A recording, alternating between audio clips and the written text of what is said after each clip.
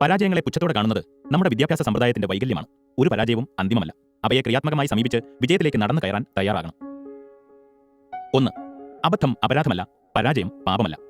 ഒരു തെറ്റിന്റെ വില. 1997 സെപ്റ്റംബർ മാസം ഒരു രാത്രിയിൽ അമേരിക്കയിലെ സ്റ്റാൻഫോർഡ് സർവകലാശാലയിലെ 2 വിദ്യാർത്ഥികൾ തങ്ങൾ പുതിയതായി തുടങ്ങുവാൻ പോകുന്ന ഇന്റർനെറ്റ് സെർച്ച് എഞ്ചിന് എന്ത് പേരിടണമെന്ന് തലപുകഞ്ഞ് ആലോചിക്കുകയായിരുന്നു.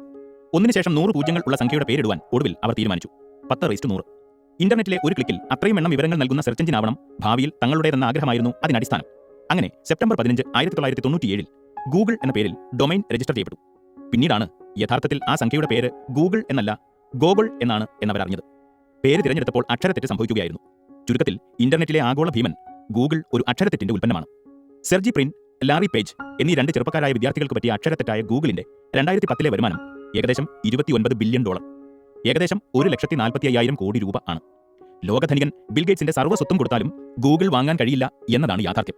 തെറ്റുകൾ നഷ്ടങ്ങളല്ല, ലാഭങ്ങളാണ് മിടുക്കന്മാരെ സംബന്ധിച്ചിടത്തോളം. നമ്മുടെ സമൂഹവും പരാജയങ്ങളും. ഹാർവാർഡ് സർവകലാശാലയിലെ ഹാർവാർഡ് യൂണിവേഴ്സിറ്റി സാമൂഹ്യ മനഃശാസ്ത്രജ്ഞനായ ഡാനിയൽ ഐസൻബർഗ് 2008 ജനുവരി 18 ഇക്കണോമിക് ടൈംസിൽ പറയുന്നു, ഏതൊരു സമൂഹത്തിലും സംരംഭകത്വത്തിന്റെ എന്റർപ്രണർഷിപ്പ് സ്ഥിതി തീരുമാനിക്കുന്നത് ആ സമൂഹം പരാജയങ്ങളോട് കാട്ടുന്ന മനോഭാവങ്ങളെ അടിസ്ഥാനമാക്കിയാണ്. ചൈന, ജപ്പാൻ പോലുള്ള നാടുകൾ ഇപ്പോഴും കച്ചവട പരാജയങ്ങളെ ഉൾക്കൊള്ളുന്നതിൽ പിന്നോട്ടാണ് എന്നും ഭാരത സമൂഹത്തിനും ഏതാണ്ട് ഇതേ നിലപാടാണെന്നും അദ്ദേഹം സമർത്ഥിക്കുന്നു. മറിച്ച് അമേരിക്ക, ഇംഗ്ലണ്ട്, ഇസ്രായേൽ തുടങ്ങിയ രാജ്യങ്ങൾ പരാജയങ്ങളെ അത്ര വലിയ പാപങ്ങളായി കാണുന്നില്ല എന്നതാണ് യാഥാർത്ഥ്യം. അമേരിക്കൻ കച്ചവട ചരിത്രം പരിശോധിച്ചാൽ വൻ തൊഴിലുടമകൾ പലരും പലതവണ പാപ്പരാവുകയും ബാങ്ക്രപ്റ്റ് പിന്നീട് ഉയർത്തെഴുന്നേൽക്കുകയും ചെയ്തവരാണ്. ഇത്രയും വിശദീകരിച്ച അദ്ദേഹം ഭാരത സമൂഹത്തിനായി ഒരു ശുഭാപ്തി വിശ്വാസം കൂടി അവതരിപ്പിച്ചിട്ടുണ്ട്.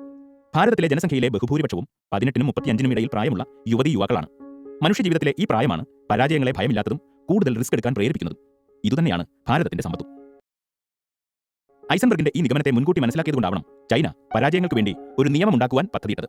2007 സെപ്റ്റംബർ 6 പുറത്തിറങ്ങിയ ലോക പ്രശസ്തമായ നേച്ചർ മാഗസീനിൽ ചൈനയിലെ